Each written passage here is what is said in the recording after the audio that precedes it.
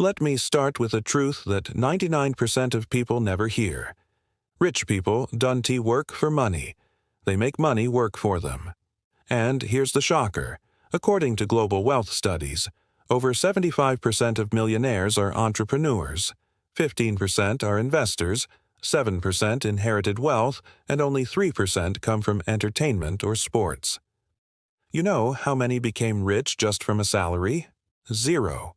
That's right. 0% of the world's richest people got there by just earning a paycheck. So the question is, if working hard isn't the secret to wealth, what is? Well, it's how you manage what you earn, not how much you earn. And today, I'm going to break down the 25 to 15 to 50 10 money rule, the exact system that helps the 1% grow wealth automatically.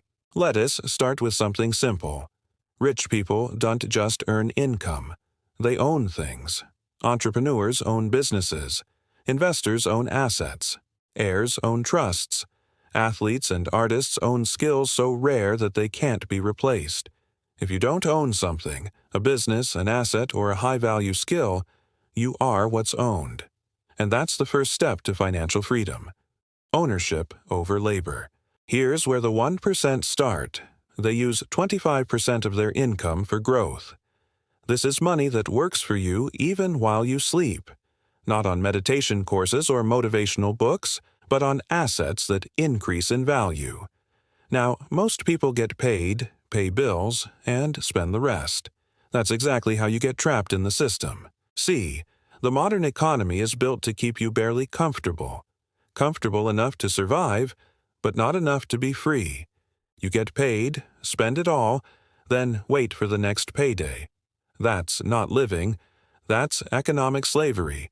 So, what's the escape? Investing early and consistently. Let ES break it down with numbers.